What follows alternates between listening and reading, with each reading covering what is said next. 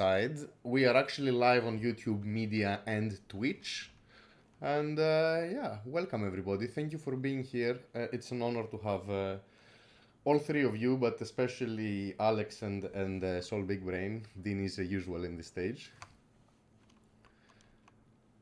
But What a wild season we've had with NFTs.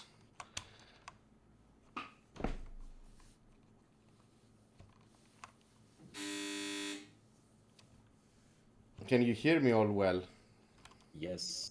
Yes, Loud and beautiful, beautiful, beautiful. Okay. So tell us a little bit about you, Alex. Tell us a little bit about what you are preparing, what's dropping, what unique Yeah. club is going to bring, and then let's pick Sol Big Brain's brain about it and generally about the Solana NFT space. Nice. Okay. First of all, welcome everyone. Thanks for having us. Thank you guys for organizing this, and thanks to the whole grip community, as usual. Yeah. Well, when it comes to what we are doing, we are preparing the NFT drop that's gonna happen on December 10. We'll talk more about it on Sunday with you as well. Uh, Dive deeper into the exact mechanics behind it because we went a little bit crazy uh, when it comes to both minting and later stages, like trying to make something different, making evolving NFTs, stuff like that. But again, December 5th is the date when we will cover that in Yeah, more details. we're gonna talk about all the cool stuff about generative NFTs and traits that change, right? Yeah, absolutely. Ooh, looking forward to that. Yeah, And what and about you, Sol Big Brain? What are you preparing? How's Big Brain Ventures going? well, Big Brain Holdings is actually doing pretty good. It's I've actually been an investor in early stage projects for the past 3 to 4 years. I've actually invested in hundreds of projects, just not through my own entity. It would just be more through groups or different connections. So this is just more of like a formal way to invest directly via myself compared to just going via other sources. So this is just more of a formal thing, and where I'm actually communicating more with teams versus before I just invest and kind of be behind the scenes and not really have any communication with teams. So everything's going great with that. I'm getting to meet a lot of teams, talk to a lot of different founders, and it's Sorry. been pretty exciting. I'm excited about what the whole space is building, and I think it's just I still think we're real early here in Solana in general. But yeah, Yeah, classic. Those syndicates back in the previous bull run were very popular, going through groups of people to invest. Things have become smoother on this one. Yeah, so I totally like your move to become official. yeah. I mean, I don't hate on the syndicates. Syndicates still have a lot of good. They usually won't get the top deal flow, but ultimately syndicates for newer people, I think, is a decent way to get access to early stage deal flow. So it's nothing. It's not that it's a bad thing. But yeah, so the main thing is, yeah, I just have a bunch of different connections, whether it's groups, private groups, or smaller groups, and it's been working out really well to get access to some hard to get deals. But now I'm enjoying the new role here. Thanks, man. Thanks for giving us the background. I want us to focus a little bit on our experiences with NFTs in Solana. I would love to share a little bit each person's way of ensuring or doing his best to mint a project. What's your method, Alex? well, A popular project is coming on Solana. You know this is going to be sold out in maximum a minute. How do you ensure to get a mint? that's a great question because I guess that's one of the ways sort of inequality is happening nowadays in this space because when it comes to I don't know, more classical fundraisers and so on, we kind of have this whole thing figured out more or less, I guess. Like with all launch pads and these public sales when people come actually prepared for them, in terms of both teams and retail investors. But with NFTs, it's a little bit of a wild west still. Especially on Solana, I guess sometimes because transactions are much cheaper, so you can afford to just shoot I don't know, trying to execute a number of transactions at the same time and snipe those NFTs early on. So it's a little bit controversial from my perspective because it is kind of a whale game on one hand and the geek game on the other hand. Since, for example, people who understand how the whole, for example, currently candy machine works and stuff like that, I believe they have sort of an advantage in the whole space because they can fire up those bots and try to get in early, or mint more than an average person would be able to. And the whole sell out in 1 minute thing, it also is kind of you become dependent on your time zone, for example, right? Because if mint is happening at like 4 a.m., which is a regular thing for me, Man, I'm come not on. If, sure. if the NFT is super valuable, there is no time zone. You're gonna be there, no matter the time zone. Yeah, I don't know, I really value my sleep time, so I don't know. Okay, man. But if you had to mint, how would you do it? I'd probably go trying to find the direct candy machine address and try to get it from there. Okay, that's a malfa. What about you, Din Machine? What's your preferred style of minting? I mean, I usually buy on the secondary now. Wow, he concedes. It just Uh, it feels like there's better risk reward there, especially on the investment of time and all the preparation. A lot of I've been burned too many times, rugged on timing, if you will. what about SolBigBrain? What's your preferred method of minting? Well, I think Alex touched on most of it. I'm actually not one that has bots to hit the thing, so it's kind of difficult. There is no, I think for the normal person, I think the only thing you can do is sit there and smash the Control F5 button and refresh the page as fast as you can and try to get in, and hopefully luck's on your side. But for the most part, I would have to agree with Dean and just say that I've been on any super hyped ones. It's just not worth the time for me to even just get on there usually. So either I'll buy aftermarket or I'll just have a bunch of friends or whatever trying to mint and just pay them a certain fee just to mint it and cut them in just for their time. But I don't think there's any secret unless you're a programmer, and then you can figure out Candy Machine and figure it all out there. So if you're just a regular person that's just trying to mint NFTs, the best you can do is just sit there and hit refresh as fast as possible or find the link and stay on top of the Twitter account or Discord. Make sure you're on the official ones and get the link as fast as possible and hit mint. I don't think there's any secret except for being a programmer or being technically savvy enough to actually figure out Candy Machine and so forth. Yeah, exactly. I mean, the best you can do as a normal person is gather a bunch of friends, open a bunch of tabs, connect a bunch of wallets. Maybe for that only mint. As always, we use a burner wallet, and you can put your permissions on, so it doesn't need to ask. Phantom will not ask you anything. You just click mint, and everything happens. Right. Yeah, I think that's the best you can do. That's the best you can do, but always, guys, use a burner wallet. There are links, phishing links that can really fool you, and can somehow appear on Discords, on Twitter links.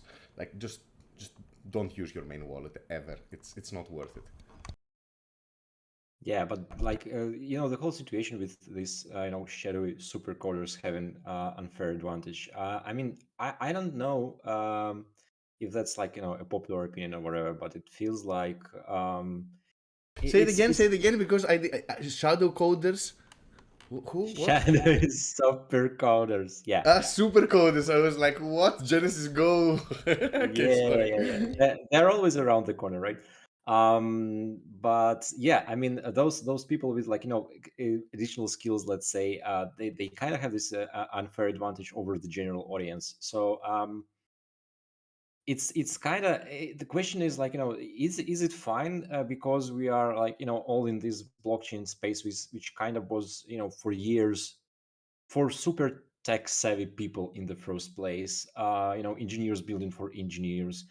And it's kind of, I guess, also the design we have right now, right? Because it's also, created by those developers. So I don't know, if we really want to move mainstream, shouldn't we think about, like, I don't know, better designs in general, like, in system, on the system level, rather than I don't know. What about You, fair launch protocol? well, I mean, look, it's fair launch to the extent, I guess, that again we want it to be fair, because it's kind of about. I think we still have a room to improve there, right? When it comes to the design in the first place, because fair launch protocol is still a protocol.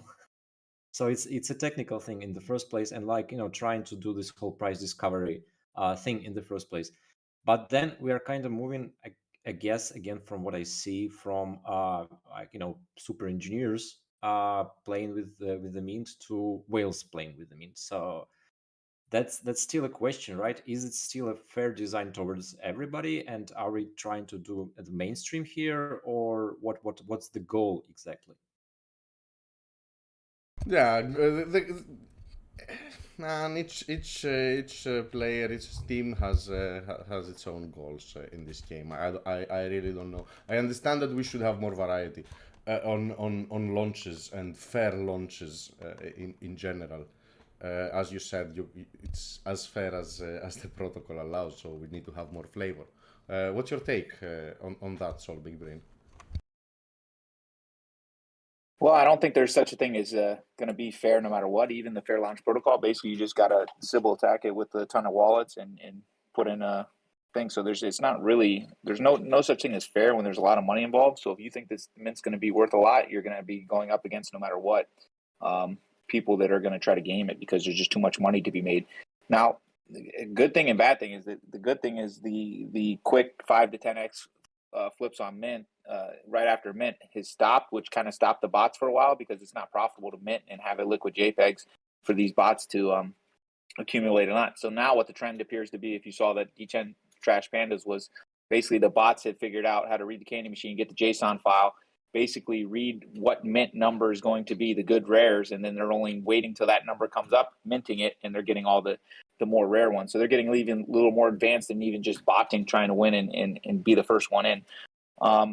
But so I would say that we can try to come up with systems that make it more fair, but ultimately, when there's money involved and there's a lot of money to be made, people are going to game it no matter what, whether it's botting it or whether it's just Sybil attacking it with a ton of people.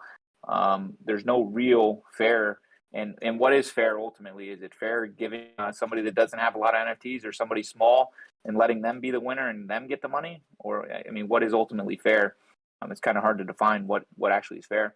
But with the market slowing down for a while for new mints, I think the bots kind of went away. But now that things are picking up on some of these newer mints hitting pretty high multiples on release, I think maybe they'll start coming back and trying to sell some of these things out and pump them up a little bit. But I don't think it's been a huge problem after the initial hype wave. I think it's slowed down because all mints have been pretty slow lately in terms of selling out, except for like a select few.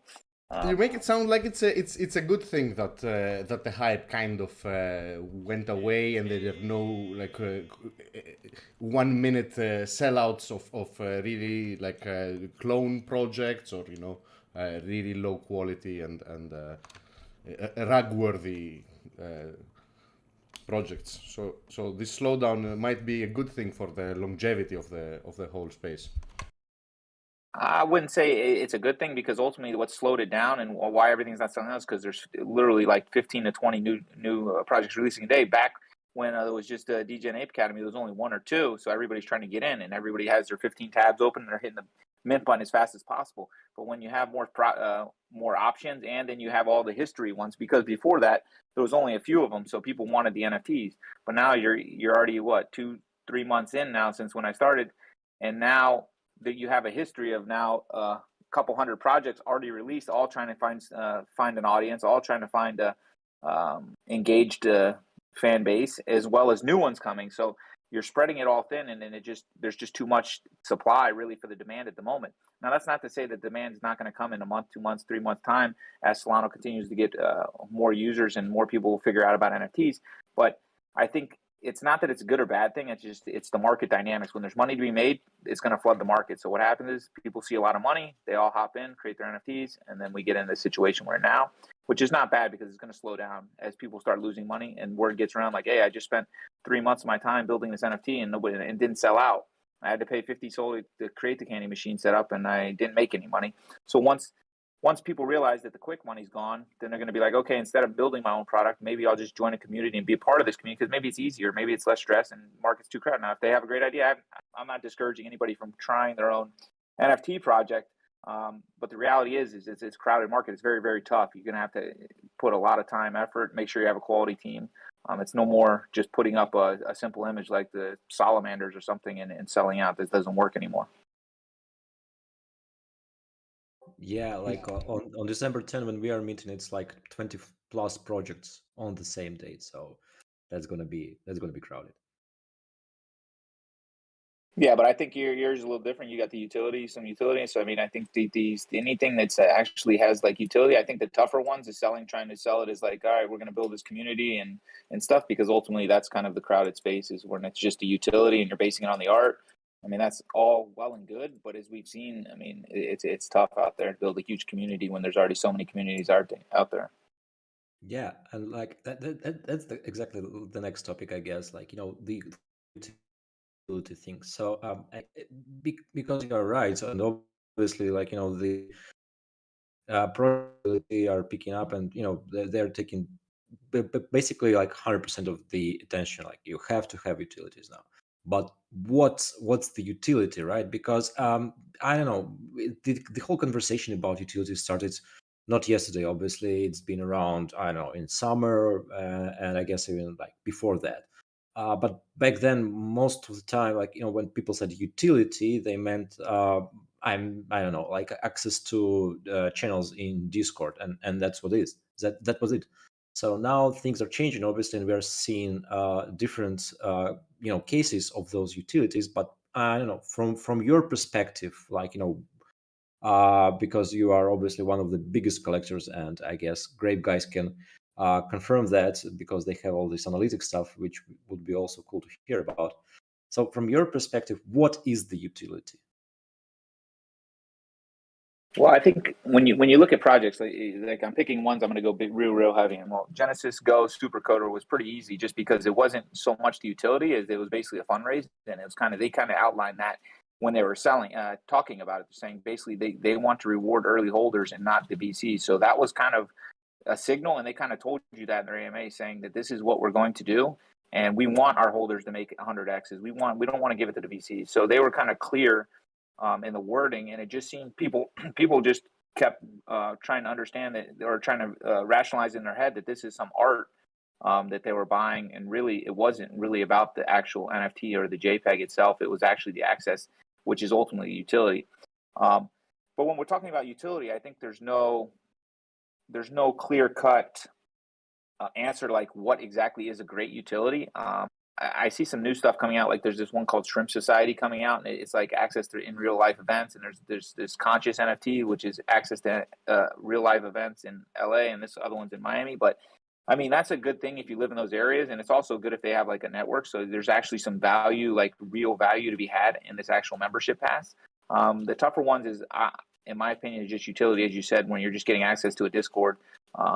Because ultimately, I think one post kind of resonated was that what makes fine art valuable is also basically the same thing that makes PFPs valuable, which is the quality of the collector base. So if you know a bunch of VCs, or if you know a bunch of people you respect are all holding a certain thing, or say, for example, I got this monkey PFP. Let's say I change that to XYZ project, and if I keep that up for the next month instead of monkeys, well, that project's probably maybe will be popular just based on the association of, oh, if he thinks this thing's valuable, then maybe it is. And it's the same thing with like the gods with this. There's an account Merc, I forget the actual one, but he has a DeGods as PFP. He posts great stuff. So just in my mind, that says if he values his reputation and he has a DeGods as his PFP, well, that means the DeGods is more valuable in my opinion, because they got people that are posting quality stuff, and he thinks that that's a representation of himself, and that gives it value.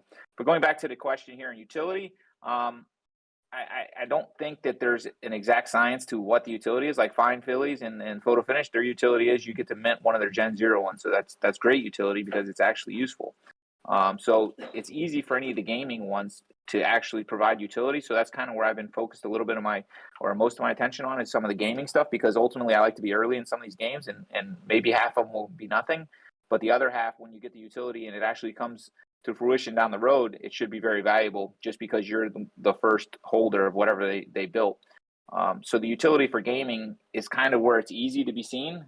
Utility for PFP projects when they're doing other stuff is not as easy, because ultimately people tried to do the royalty stuff, which kind of got a little hairy just due to the securities issues and FTX and all the other stuff. But that was kind of what everybody went to the easy route. Once that came, everybody did royalties for a while, and that kind of went away. And now they're doing floor sweeping. Now they're doing some other stuff. So that's really nothing unique, and it's not really that value add, in my opinion. So yeah, I would say there is no real cut and dry answer to say let's add this utility and it's going to be great, because ultimately once one person does it, everybody else does it. So what the trend now is everybody just building tokens. Like, all right, you're going to release an NFT, add a token to it and drip it out, give them 5 a day, have them breed a baby. And it seems like once one trend hits, it just takes off and everybody kind of duplicates it and copies it. But ultimately you want to be on the project that does it first, or it becomes popular doing it first, because everything else after it's just going to be a copy for the most part. But yeah.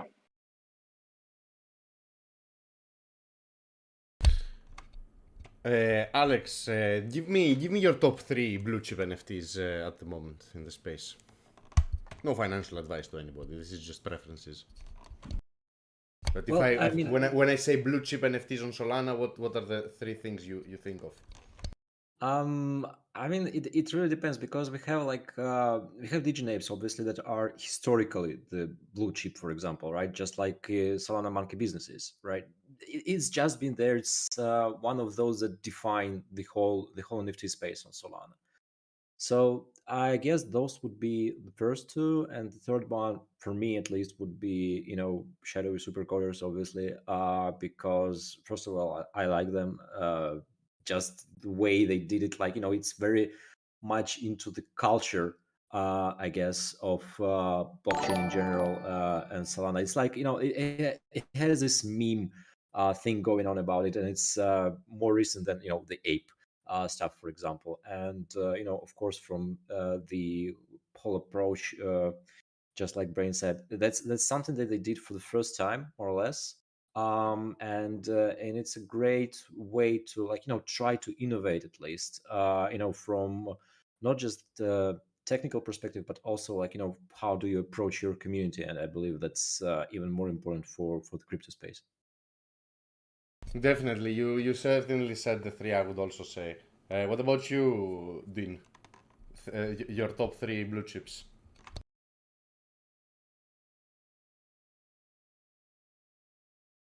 I mean, I have to always think about some of the ones we first worked with. They have a special place in my heart forever, which is obviously the monkeys, the DJ apes, and the Solarians.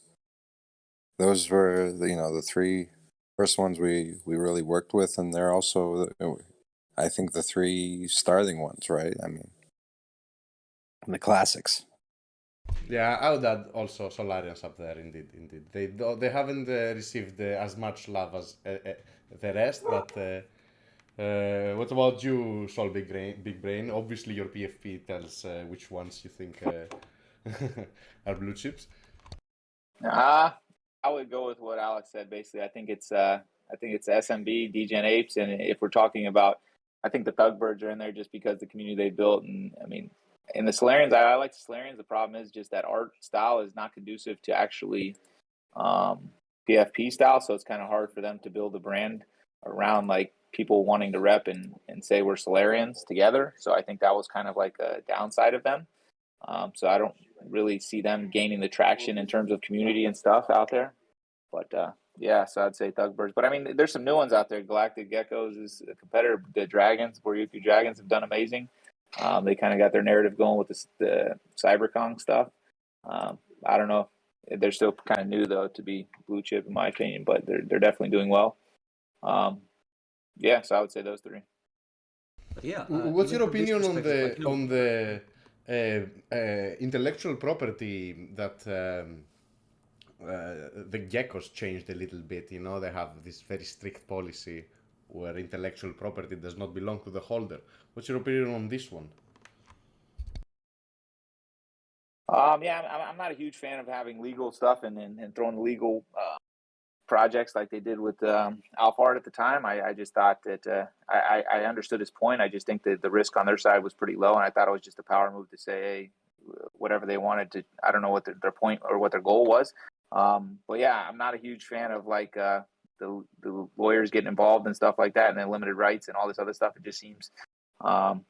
I don't know. It doesn't end well usually from what I've seen, but they seem to have a good brand and they seem to do all right. So I'm not hating on them. I think they got lawyers as things, and lawyers are always going to be more cautious than the normal DGen most likely. So they're just covering themselves.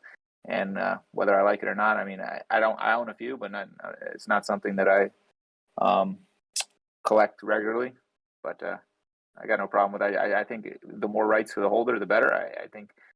They're just trying to protect the overall thing, but I think it's not really super necessary. But I don't know. yeah, but that's like that's about how we feel about, like, you know, blue chips, and you know, it's subjective. But like, you know, I know you guys are building this tool set in Grape regarding you know, the whole analytics of NFTs, like, you know, how active the community is, how diverse it is, and so on. So like, what does the data say? One of the things we see is the the active communities are the ones with the most verified wallets, and as you mentioned, those three that you mentioned are the strongest communities that are at that level of market cap, right? Whereas, like, I remember one of the outliers was Jungle Cats. That was the most recent report we had pulled out from like the NFTs that are in the top 25 on market cap. They stood out as an outlier for how strong the community was. Financial advice or no? Certainly not. Yeah, no, not at all. That's just pure data. The thing is that the Solana space is a small space. Like, you see who's the big wallets owning lots of expensive NFTs, and then you know which if a community has one of those people or more than one, then you can see that hey, that's a good indicator of an NFT to buy. Speaking about NFTs to buy, there are rumors that big whales swipe floors and DAOs go out and swipe the floor to increase the price. Can anybody confirm or completely falsify those rumors for me? Is this a practice that's widely seen, or it's just rumors? I've not seen too much. I'm not active in a ton of the DAOs. I'm in a bunch of them, but I'm just not active to know if that's a common practice for the DAOs to be sweeping floors of their own or others. But yeah, I mean, sweeping floors. I mean, before I thought the floor price is usually going to be the best stuff to get, and now it's kind of hit or miss since the price between the floors and the rares for some of these collections is closer than what it was in the past when I wrote a post way back in the day saying floors are way better. Well, yeah, I like the floor that gives you more liquidity, and you can actually sell it in the future if you wanted to. Versus some of the more rare stuff, you got to find the actual buyer that likes that particular one. So I think floor buying is a decent strategy. Try to find something you like in that collection and near the floor, and it makes sense to me. Interesting. So yes, the floors are always more liquid indeed. What about you, Alex? Would you go for a floor NFT that's easier to flip, or would you go for something that's more special and might actually make you super rich? Well, first of all, I also don't know if DAOs sweep floors or whales and so on.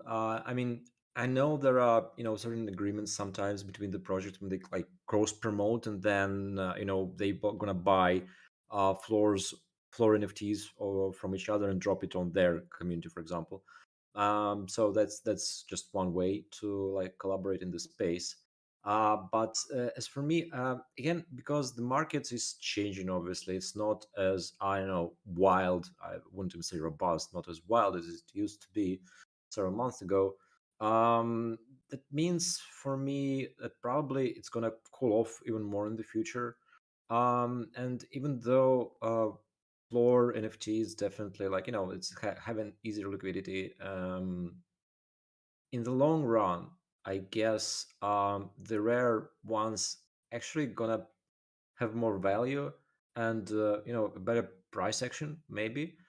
Just because over time everything that's is out there right now gonna either disappear completely, and the quality stuff will stay, and the rare stuff will still be rare, right? So even if one day I don't know Solana, like I mean Monkey DAO for example wouldn't care that much about monkeys anymore.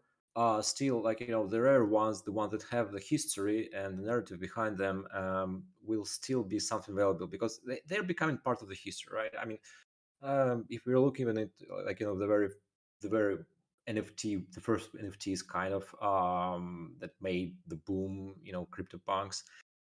You can't say, for example, that they had a lot of utility, right? But they made history, and that's the important thing. And that's, I guess, what's going to happen to, the rare ones from the good collections. Because for example, Brain's monkey obviously is already part of the history, right? No matter what, no matter if he changes it to another PFP and so on. Or again, if Monkey DAO dies out, that's something that's going to stay. And I guess I'd probably better buy something like that and keep it for another, year to five, doesn't matter, and then see what's happening about it, rather than sweep the floors and find out in 3 months that basically it all went to zero because nobody cares about it anymore. Yeah, I have a feeling that many of those NFTs that we see today on Twitter and hype behind them are not going to be there next year. Also, the protocols and the way people are producing these NFTs is constantly evolving. It's a trial and error process. I don't think we've concluded on the right recipe yet. Yeah, we are definitely very far away from that. Like, because again, NFTs in general, like, the whole idea of non-fungible tokens, that was about the ownership or that is like, verified on chain. And it's a great concept by itself, and it's a very important concept as well. But we've been trying for a very long time, like I mean as a blockchain community in general, trying to kind of find a use case for it, right? And that was the struggle. How do we tie it, I don't know, to real estate or to art pieces or to something like that?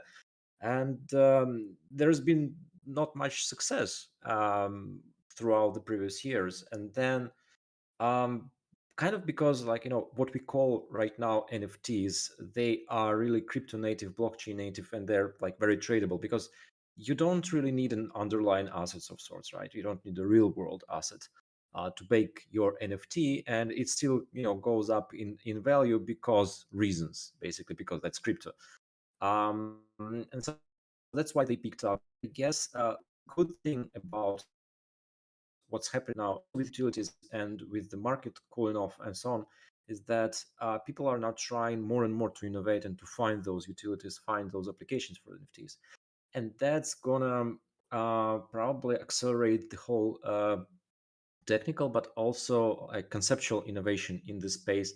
And then we'll be able to transit to something more complex, right? Then probably, like, when people get used to this idea, like, okay, you can have ownership, provable ownership on chain, then we can start, like, going further and saying, okay, now let's try to, for example, connect it to the real estate, because people become familiar with the concept itself. So it's easier to, like, now connect the dots rather than before, when, like, you say, okay, I know that I own something on blockchain. I own an apartment on blockchain, and everybody was like, what are you even talking about?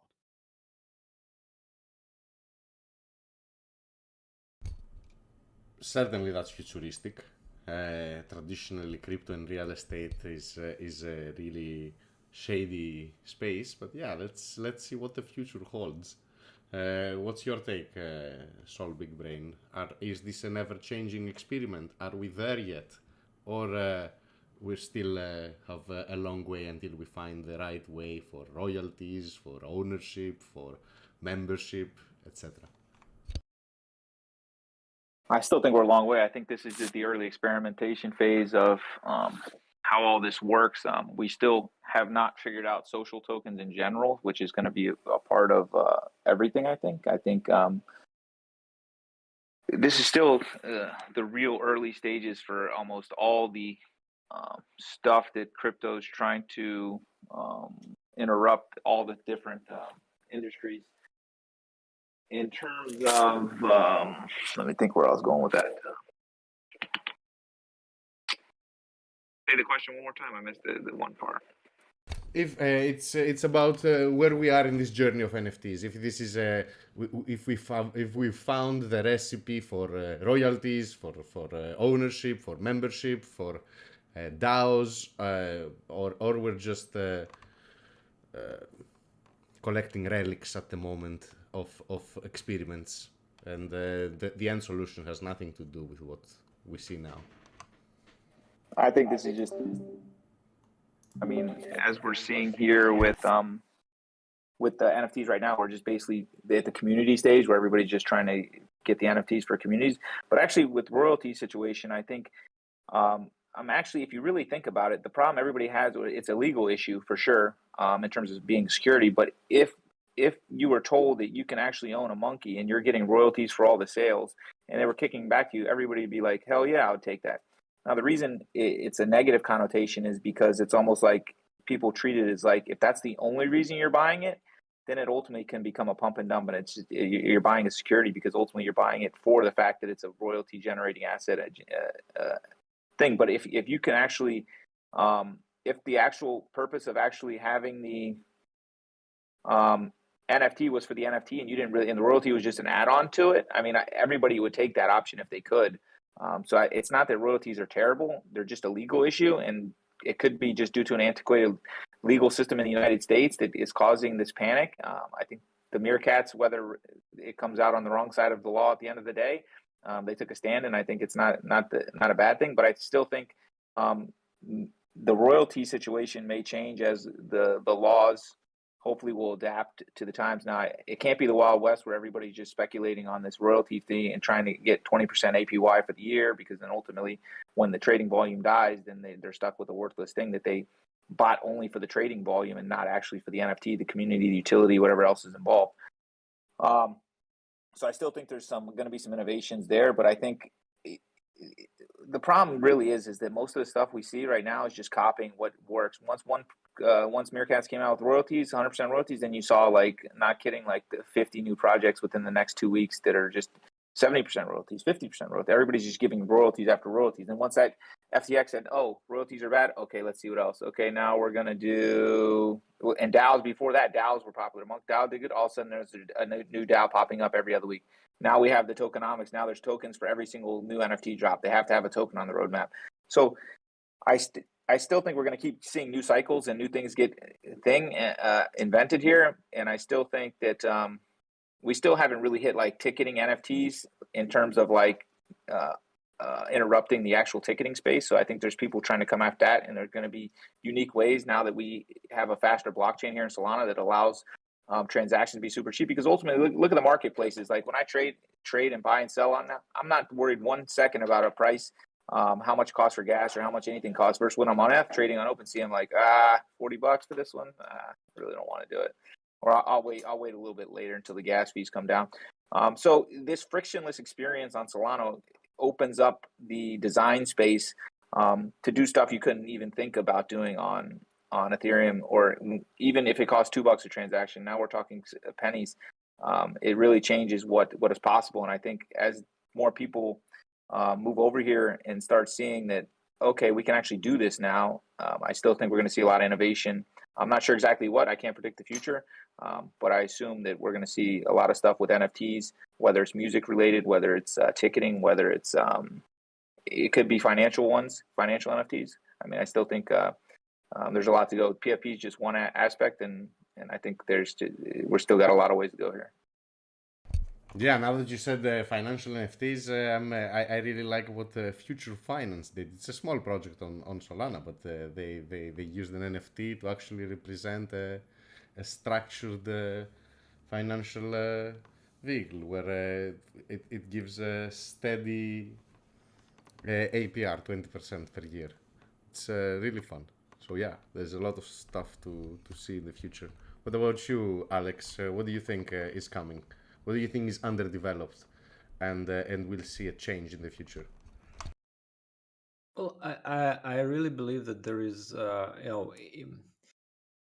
example, when it comes to design and Solana being so friendly to the users. On one hand, it is. On the other hand, there's been this example, like really good one from my perspective, in the ticketing area, because when this whole breakpoint, Solana breakpoint in Lisbon was, picking up, and people were like, preparing to go for it in this ecosystem group, everybody was like, yeah, why don't we do it? Why are not tickets, NFTs for the Solana event? Because Solana is so big for NFTs and so on. Turns out you can't have currently, at least, best of the both worlds. So you either have your tickets as NFTs, or you have a normal UX, which which is crazy, because on one hand Solana is kind of well designed for things like that. On the other hand, nobody has so far, at least, built a product that will be actually user friendly for the whole ticketing thing. So even Solana went with traditional platforms when it comes to to the events, and the same for all the parties also in Lisbon. Like everybody went with just Eventbrite, and that was it. Like no NFTs were involved in that, although it seems like a very natural thing to do in this context. So on one hand, there is so much space for innovation, not just innovations. I think make a normal UX, make UX on the level of Web 2. That's it. That's it. Nobody asks for more than that. If it's an NFT as an underlying thing, perfect. Like that's the thing. We didn't do even that. And when it comes to NFTs themselves, I definitely think that Solana allows for so much more because it has obviously this fast and cheap transactions to include more mechanics into the NFTs themselves, right? So it wouldn't be just a JPEG or whatever, but something that will actually, like you said, with financial NFTs, something that is in the code for this NFT itself, something that is verifiable, and there is something happening and you can see it, right? Because it a lot of things can be on chain with Solana, and it's not gonna ruin I don't know the value of it. It's not gonna get super expensive to transact with and so on. That's I believe where we can do so much more, and that's I believe why I know it's good that the market is cooling off, because we're probably gonna see much more experimentation on this level. What about you, Dean? What do you think we'll see popping up in terms of new tech and new spaces that non-fungibles will be applied to? Well, I think the guys definitely covered a lot of the space. What I'm particularly interested in is how we can apply it as a reputational ledger. Um, especially when there's going to be non-transferable uh, NFTs. Uh, you'll be able to use that as kind of a certification or a passport, something that shows a history of what you've already accomplished throughout different DAOs, and um, you know, making it much more of a experience-based process where you carry what you've already done as a representation on that NFT. So it could also have a visual representation of some sort of attribute. Um, but yeah, I think that that's going to be really interesting. And it was interesting, Big Brain, before when you mentioned social tokens, because I think that there is a natural overlap there, and it's obvious that the PFP um, revolution, if you will, uh, seems to be the strongest community effect, because there's this really easy way to identify who else is on your team, if you will.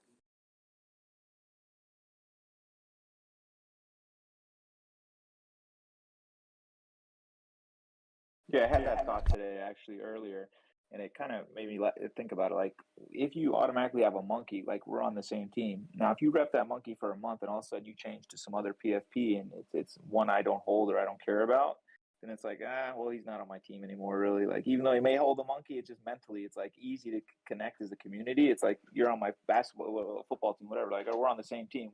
We're all for the same mission. We got the same. You're a monkey. I'm a monkey. Then all of a sudden you change it. Then are you no longer like mentally, Yeah, whether we're on the same team still? Now I'm thinking like, okay, well, I don't really engage as much with you, maybe, or it's just mentally, like psychologically, whether I want to or not. It's just like, okay, well, he's shilling this, whatever, doesn't really matter as much to me. So it's like we're on the same team, if we got the same thing, right? You know what I mean? It's kind of like a psychological thing. exactly. Yeah. So inevitably, there's going to be a connection between social tokens and these PFPs, because you get that strong network effect, that community effect from them. Like, one of the things on Grape, we've done a very good job of having a membership, um, but we don't have an NFT to really represent who's Grape on Twitter, right? So that community effect really exists within the community, but not so much as a representation outside, because there is no common PFP for everybody in our membership.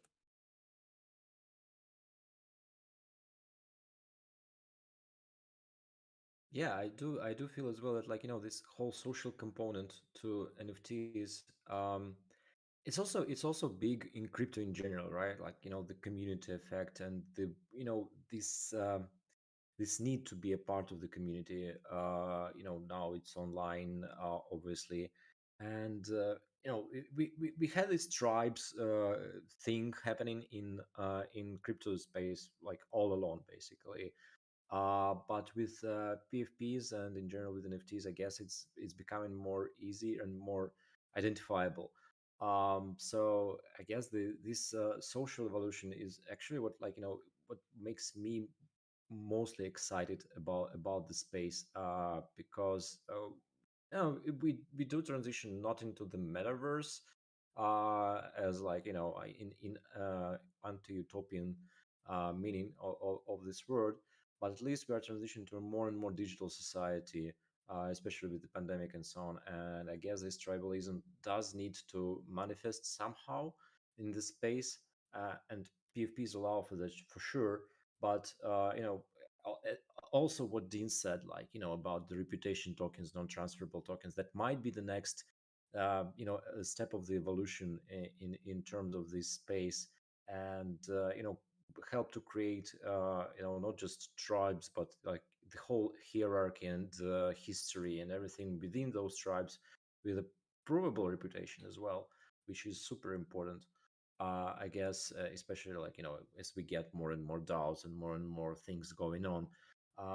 And, like, one of the things, for example, like about Grape, is that you have all those, roles and skills and so on, of people who can actually contribute, and you know where to find them. You know where to find the designers. You know where to find people of different skills, which is fantastic. And right now Grape is taking care of managing this whole skill history of sorts, and you have DAOs for those as well. But how do we go out of Grape and go somewhere else and say, hey, I am a good designer, like I can do things, like you don't even need to ask me for my portfolio to actually verify that. And I'm not just a good designer, I'm also an active part of the community. So I don't just sit and wait for something to happen. I participate in things, which again, I believe in these communities, as we decentralize more and more, it becomes more important, because we need those new leaders, those active people actually creating something proactively. It's a very Yeah, you different dimension of NFTs. Sorry, Dean, continue. No, you hit the nail on the head on how important it is to easily prove these dimensions that are today, socially provable. But they don't move from place to place. There's no reason why we can't give that benefit today with blockchain, with Web3. And what we've done so far on Grape is really figured out from a human element. How do you identify that? How do you want a group of peers to work together to identify new people to join their ranks? What kind of social contract there is amongst these people who have these talents to commit to each other, right? Like when someone joins that designer group, there's a belief that this person's going to be there for a consistent amount of time and availability. If that promise isn't kept, there has to be, again, some social decision on how you deal with that before you can eventually make it a smart contract. So, I think you guys are right on what you were saying before. There's a lot of exploration. And a lot of that's going to happen in a centralized manner until we get to a place where, this seems like the way to go for, for at least for now. But you got to get pretty close to that if you're going to go completely decentralized.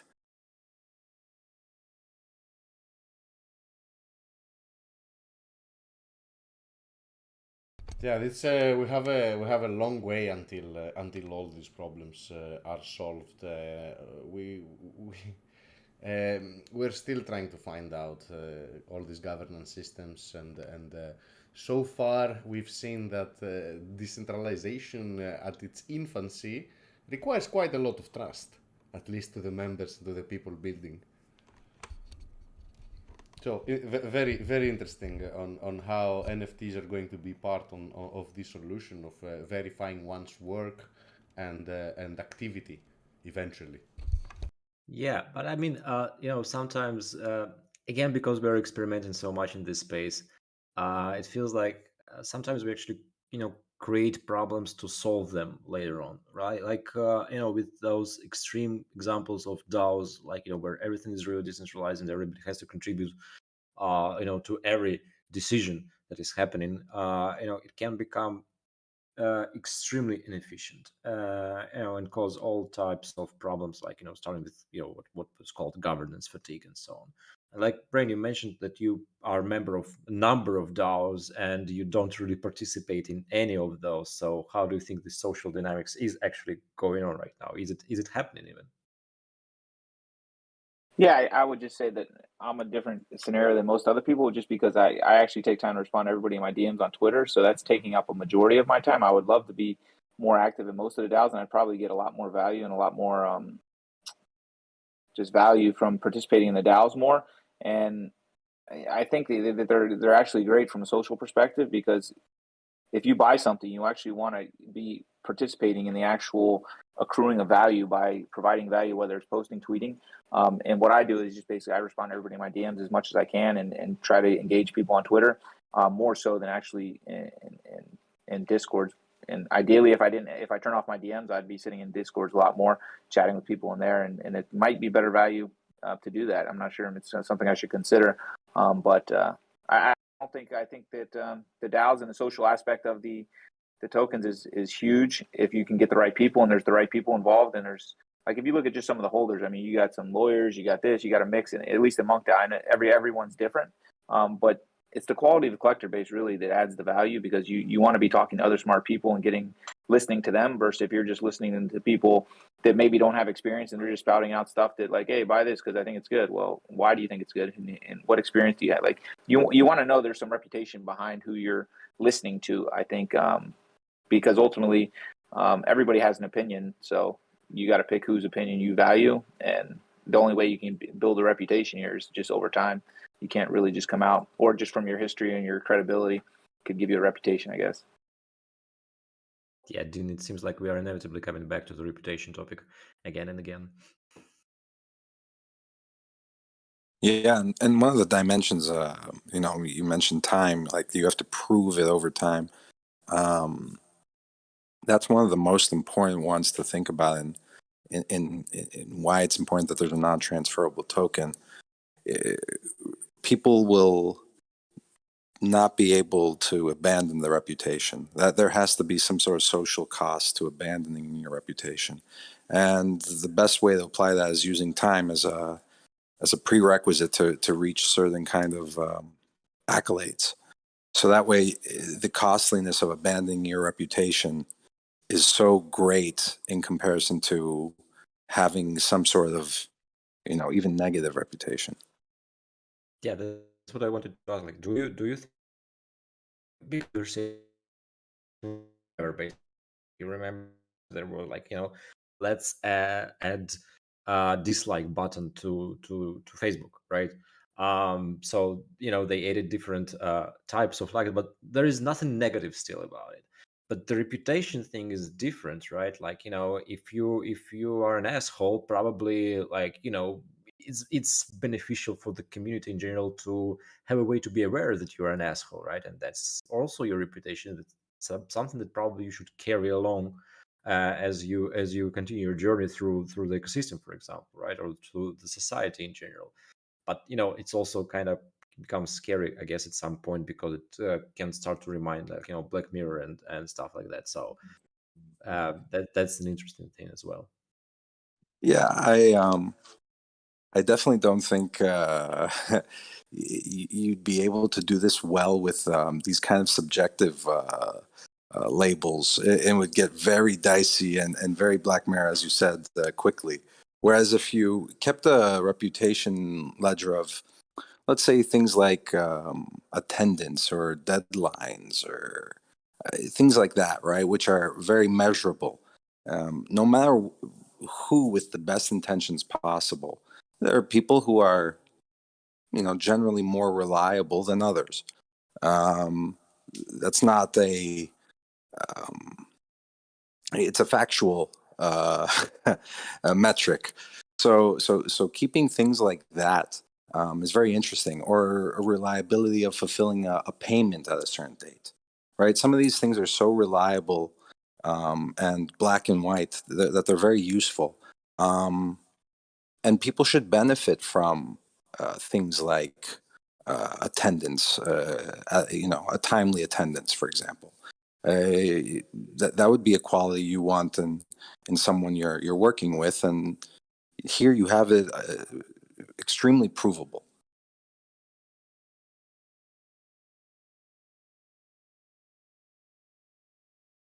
It's a huge discussion, guys, that we should not open on the reputation tokens. It's an awesome topic. It has a lot of food for thought, and we can dedicate hours and hours and hours of talking about this futuristic concept. But we shouldn't do it today. We should focus a little bit on the present, and we've already closed an hour, so. Yeah, let's talk a little bit about those who are seeing the NFT boom from the outside and they are not participating. I'm pretty sure you guys are getting as many calls and as many messages on, hey, how do I join this? What do I need to look for? I know how to make PFPs as well. Can I launch my own project? What do you have to say to those people that just see it in a simplistic way from the outside? Alex, what about you? Tell us. Well, it's always a hard question, and it's hard mainly because the whole scene is changing so fast, right? I mean, what can you recommend to those people? The thing you would say them today, and which would be an absolute truth, like to try to do this, try to look at that, and so on. By the time they actually get into execution of their project, probably will be completely outdated at best, right? And there are a lot of people, like Brain said again, like they're trying to copy what's trending right now, and that's not going to be trending in 2 weeks time. That's, I guess, a big problem, right? So if you are in this space, or if you want to be in this space, I guess it's very important to actively follow it on day-to-day basis for some time at least, right? In the end of the day, I guess the most successful ones are those that are trying to set a new trend, trying to find their own way. Um, at least it's important, for me at least, to try to do that, because even if I fail, I won't feel shitty about it, right? Because I won't be like, okay, I copied something and I failed, and I spent several weeks, months, or even more trying to achieve that. But what did I really achieve, right? I mean, I didn't progress at all as a person, among other things. So I guess that's what I would recommend in the first place. Of course, look around, look at what people are doing, try to understand why they're doing this in the first place, right? Because nothing is happening for no reason. Obviously, people are blindly copying things sometime, but somebody did that and it succeeded for some reason. Try to understand the underlying reasons in the first place. That can you know get you somewhere, help you understand what can be the best thing for you and your project, right? Try to do something that you can really relate to, as well. I guess something that drives you in the first place. It shouldn't be the money, obviously, because like with any other thing, um, if you are doing something that you're passionate about for quite some time, success most probably will come itself. But if you, don't follow, if you're not following kind of your heart in what you're doing, well, that's not gonna that's not good karma. Yeah, okay, that's a good metric for life rule of thumb. If it's good karma, you should go ahead. I totally agree with that. And I have another question for you guys. That you this is again a matter of opinion, but I was asked a couple of times by random members of the community, and it has to do about the Groms project. Our good friend Adam Del Sol have launched this educational project Groms. Uh, it's been in its second week of minting, and it's not nowhere close to be finished, of course. What do you think they should do? Should they open the should they keep the mint open, or burn the rest of the remaining tokens and uh, take it from there? What do you think, SolBigBrain? I haven't followed the project, to be honest with you, so I'm not sure how the mint is going, or what kind of sellout there, or how far they. Let me take a look. But in Yeah, general, but this applies to any project that yeah, I would. is on its second week of selling its tokens, and it doesn't look like it's gonna end. Should they stop it and burn, or should they keep it open for everybody? I would say you got to set a time, and it's just not working, and just try to go from there. Um, so yeah, it looks like they haven't sold, but maybe a couple hundred. I'm looking at the site now, so they sold like 300. In this case, yeah, if it's been open 2 weeks, I wouldn't shut it off after 24 hours just because everybody's in the channel yelling at you to shut it off. You still got time to get more attention. So it just depends. If they're going to keep doing what they're doing and not change anything, then obviously you got to shut the mint off and just try to ride with your 300. But if they only minted 300, that's not really a ton. So they might have to just keep it open to hit a number.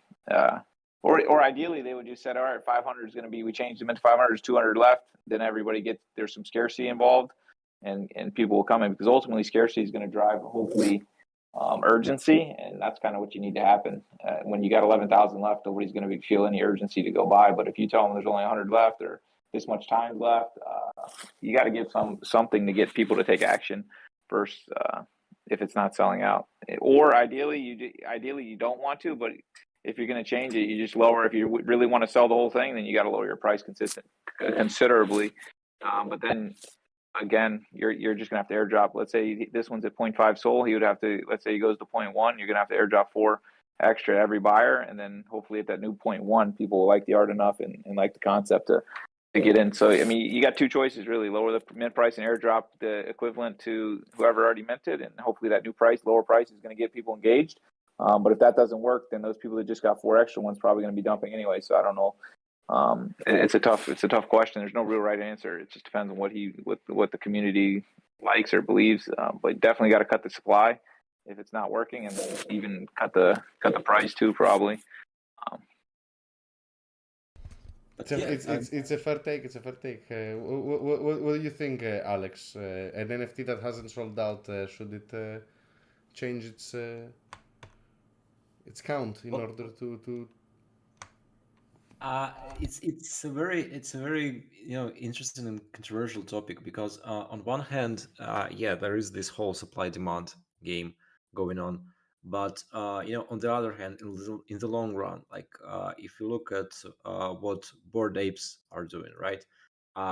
Basically, they're increasing the supply from time to time, obviously, like I don't know, once every 3 months or something like that, because first they had the original collection, then they dropped the kennel, then they created the mutant apes and so on. So basically they're trying to constantly increase their community in terms of, like, holders, because also obviously it's as well, I guess, affects secondary market, because the more holders you have, the more exposure you have, because again, those people are promoting the concept and the ownership of those NFTs, and they get more and more people additionally involved. So like it's a viral thing in the end of the day. And then obviously the original owners benefit from that, from the growing market in the first place. And if you cut the supply and if you burn the collection, it might lead to the opposite effect, where you limited your community to, I don't know, 300 people, and that's it. And there is not much viral effect possible from there.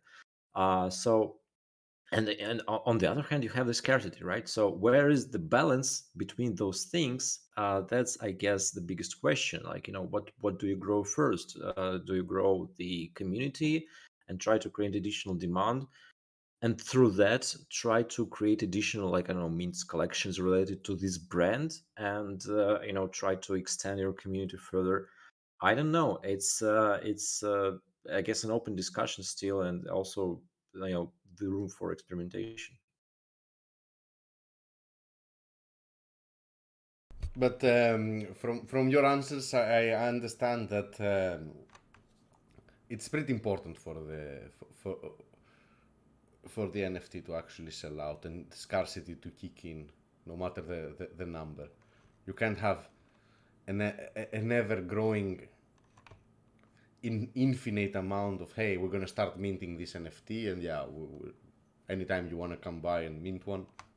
Yeah, but like again, if you look at, for example, what games are doing, right? That's like they have an infinite supply of NFTs and an infinite room to create new NFTs on top of that, right? Because first I don't know, you mint heroes, then you mint I don't know, their equipment, then you mint pets, then you mint, I don't know, all of those things. So it is an infinite supply, and it's an ever-growing community potentially. Again, if they have, like, proper customer acquisition and gameplay and everything else, if the whole mechanics is working, then there is no limit to how many NFTs you will mint, right? So that again depends on the whole thing going on with this project itself. I guess that's the most important thing, right? So if people see, it's just like, again, financial. Speaking from the financial perspective, I'm sorry. It's just like with stocks, right? Like, the price of stock is basically discounted future cash flow, but future one, right? Same is here. We are buying, I guess a lot of people are buying NFTs because of, like, they believe it's a discounted future value of the whole collection, the whole community, and the whole project that is in here, right? So if they believe in the future there's going to be more demand for this particular NFT than there is right now, I guess that's what they're buying in, isn't it? So it depends on how do you plan to grow the community in the first place, because even if you have limited supply right now and you have 300 people who bought 300 NFTs, but in future it's still going to be 300 people interested in the same amount of NFTs, the limited supply won't help you. You have a point. Certainly you have a point on this one. And I think that's also the thought of Adam and Sol for actually keeping it open, saying that, hey, I think that this is going to be very valuable and people are going to realize it in time.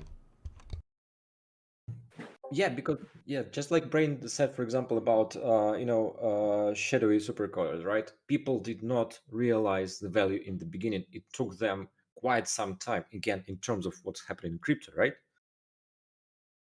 Yeah, they had to go watch that AMA.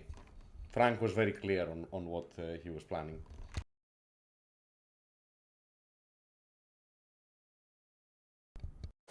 Right. So I think the problem though is there has to be demand. Like if there's no demand, then the price is not right or something's not right. Whether the communication of what they're actually offering is not correct, or they're not getting the actual value add or whatever is why they think it's worth 0.5 SOL. Because clearly the market says it's not worth this because they're not buying it. Whether they're not informed about it or they just don't.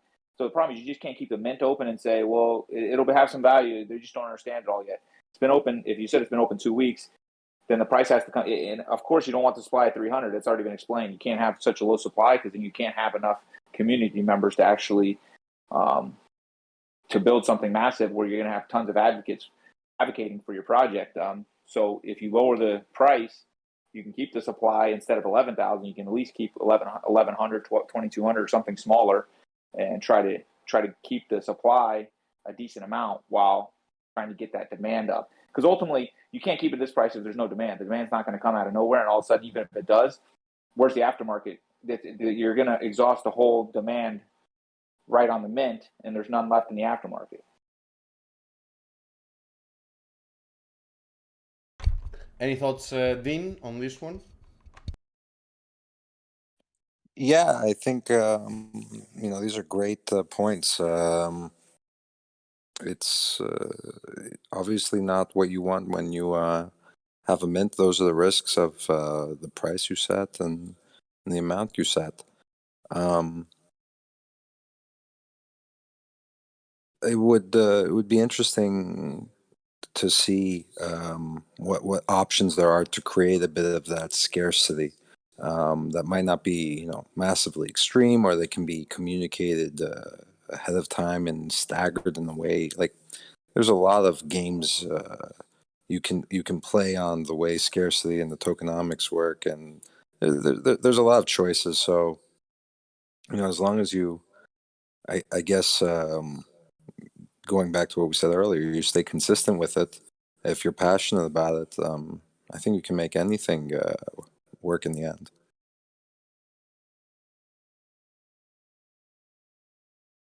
Let's see where this goes. Let's see what the market decides and what the founders decide. I'm looking at the time and we've already gone 1 hour 15 minutes. I know I told my guests it's gonna be an hour. I see that we have also some questions. Should we get a member of the Grape community that wants to ask a couple of questions? I see Coffee Attack has raised his hand since the beginning. Let's get him on stage and end it with him.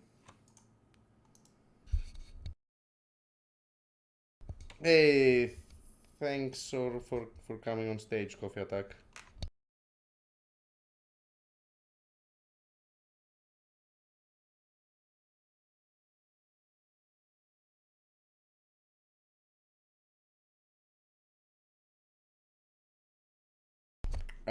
We can't hear you, man. I don't know what's going on. Maybe you need to press the V button. That's the push to talk button.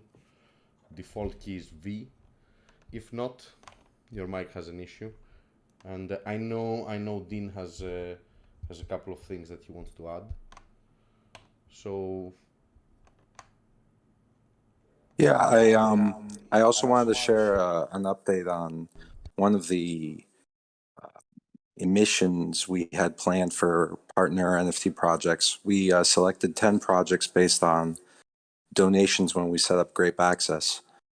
Grape Access is for free. We're on over 300 servers right now, and sometimes as a thank you and appreciation for what we're doing, we get donations. So we announced the 10 projects. I remember, I don't know them all. I know Thugbirds were there, and the Geckos and the Caveman. We said that anybody who has one of those NFTs and is verified in those servers and is a Grape member will be receiving an emission. So there were sending out 200,000 Grape.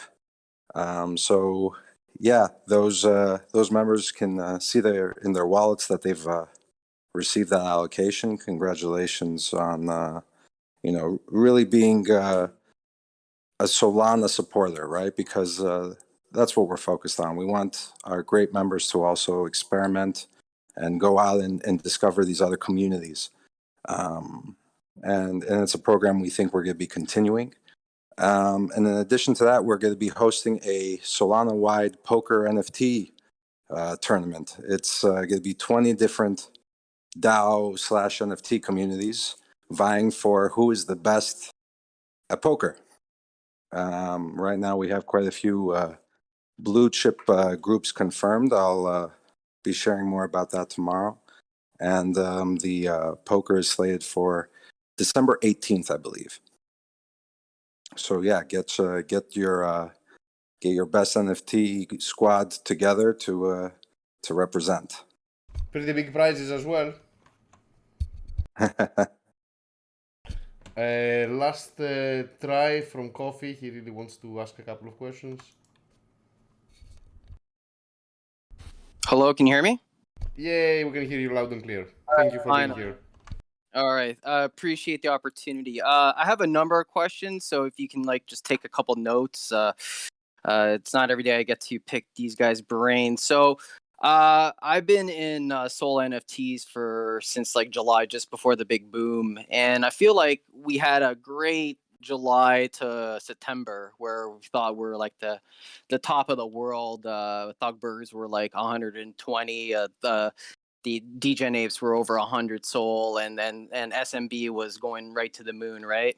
I feel like we've kind of lost momentum at this point, and I'm kind of low-key disappointed, even though I'm a massive Sol bull in Sol NFT bull. I hold a lot of bags, but during the ETH, gas prices going to 200, and all the NFTs as a whole going down. I was kind of secretly hoping that Sol NFTs would kind of gain momentum. It's like, hey, gasless, et cetera, et cetera. So I just want to get a kind of a vibe check of where you see the current.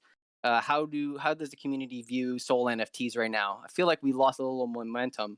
Another question I have is, what's the state of the Sol influencers versus ETH influencers? I feel like there's a shit show in ETH with Art Chick and Beanie and all that stuff. I feel like we've kind of kept away from that, and is that on purpose, or are we just a smaller scene, or is that coming? And also, where are we on the ETH versus Sol Maxis debate? I remember back in July when Mike McDonald and all the guys started moving to DGen Apes, and then all of a sudden we got all kinds of FUD from Beanie and everything like that, and everything's a copycat project, et cetera, et cetera. So where are we on that? I haven't heard too much noise on that. I feel like it's calmed down. And the last thing is, I feel like one issue I have is when I go to How Rare and seeing the new opportunities for NFT projects, I just feel like it's kind of holding it down in terms of these low effort kind of projects being showcased along with some great projects like Portals. Portals was a great win for everybody, and for every Portals there's about 100 low effort projects out there right now. So I feel like there's kind of an issue, and there's nobody out there really saying, okay, check out Portals and versus low ever cash grabs in Sol. So those are my questions. I'd love to hear your thoughts. Let me just take the question about the ETH Solana maxis, and I think, and the way I've seen it, at least from Solana Breakpoint, which in if I had to put the whole event in a title, would be tribalism without toxicity. I think the fact that the Solana community never actually retaliated, never actually answered, never actually gave a shit about whoever was giving crap about copycat projects, because yeah, you start with copycat and then you take it to a different level. You have to start from somewhere. You don't need to reinvent the wheel. So I really think that the fact that we didn't feed the fire with more coal, it just went away. And anybody who really experiences the uh, DeFi and NFTs on Solana, they just can't go back. So yeah, you can they can shout as much as they want. After they've tried it, they're like, okay, this works and it's fun. So I don't think we're gonna see any of that. And the shit show you see in Ethereum, in my opinion, has to do with the size of the community. We're nowhere close to that. We're still very intimate, and we are far away from the mentality, I think, where you see in Binance chain, in Polygon, or in other chains that are a little bit children casino-y. I think the fact that there is a gradual decentralization and opening of the GitHub and then the coin index list, where actually someone from the Solana team needs to accept you in order for you to have your logo on the block explorers, and for your logo to actually show on Phantom and all these things. It has shielded us from rag festivals.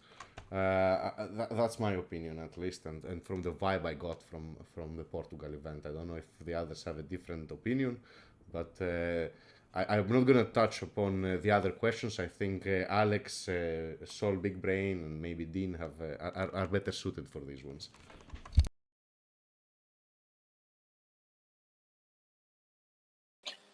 Yeah, real quick. Talking about since you were here when Solana NFT started kicking off, right, early August, I would say.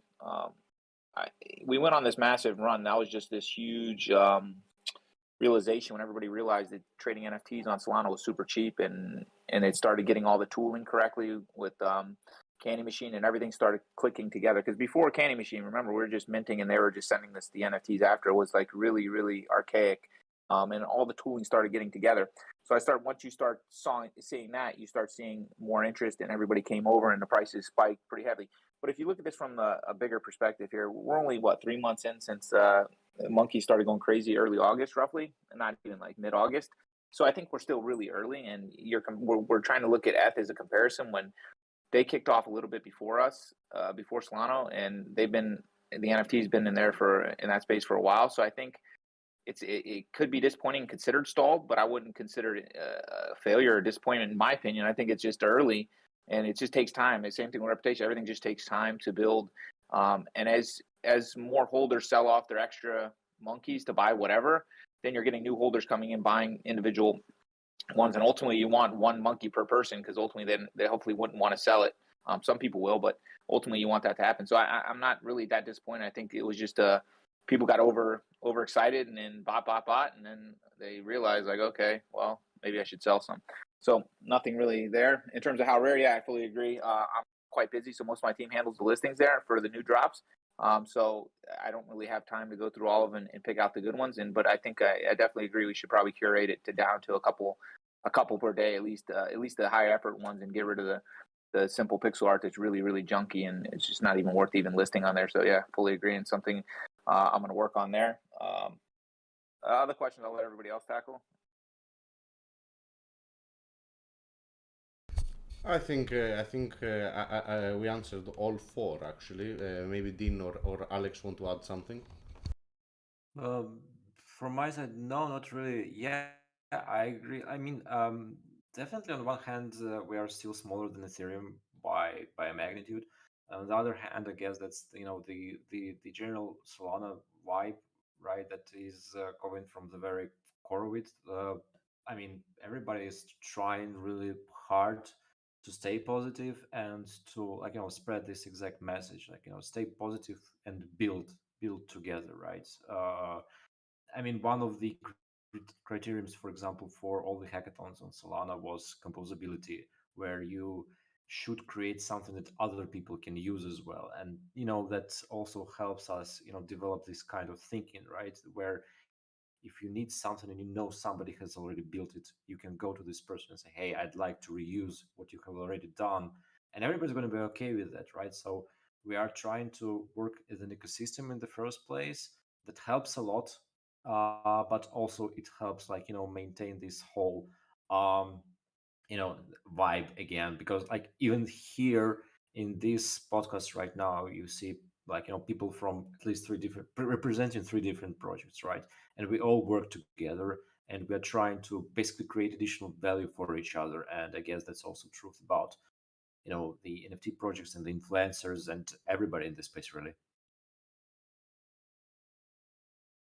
Yeah, on the question about where we are, I'm a mega Sol bull.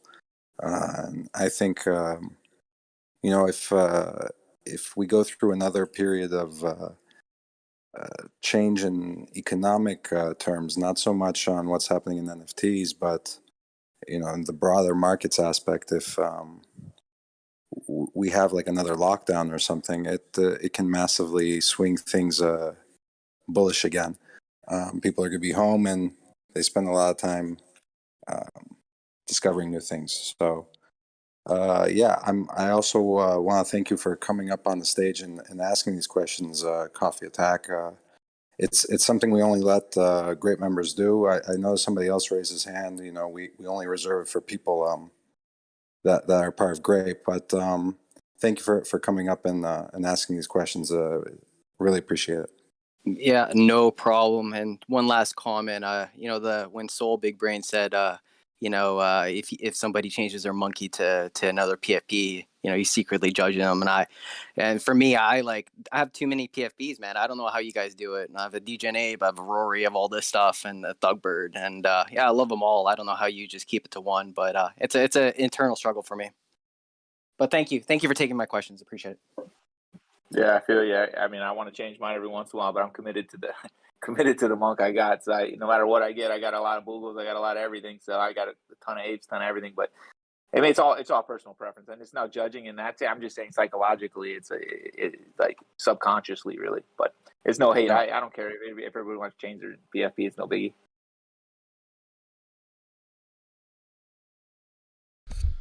All right, guys. I want to thank you for being patient and extending a little bit the time. Super honored to have you all here. If there's anything you want to tell the stage, we have over 100 people watching. Now it's the time.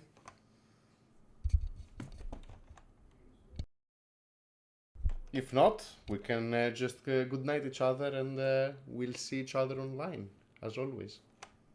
Thank you so much for being here, guys. Thanks. Thank you so much. Thanks. Thank you. Thank you for having me. I appreciate it. Thank you.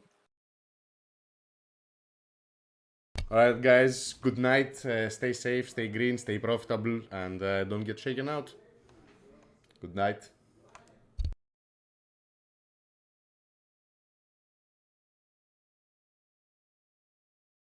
And for the lovely people out there in the video platforms, super thank you for being here. We're gonna have an extensive AMA with Alex from Unique Club on Sunday. He's gonna tell us all about the Unique Club project, and we're also gonna drop some coin during the AMA. Where to register for Uptime Poker? Man, go to the Discord. Ping a moderator or find the correct channel. I'm pretty sure that if you write poker here, like streamer mode disable, poker event. No, it's archived.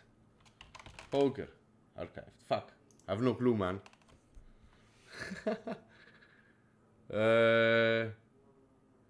No freaking clue. You should ask someone, not me. Sorry. Again, guys, thank you so much for being here. I'm gonna go jump to the meeting I have inside. Already people are talking about grape plants. See you tomorrow. Actually, we have a stream. We're gonna talk about plenty of things. I am the newest thing that I've done is that I've added some USDC on the new lending, borrowing aggregator, whatever it's called, Pole Finance. They have a pool that uses the port platform, and you stake them on Query and you get quite a lot of coin. That's it for tonight. Go check it out and stay green. I love you all. See you tomorrow.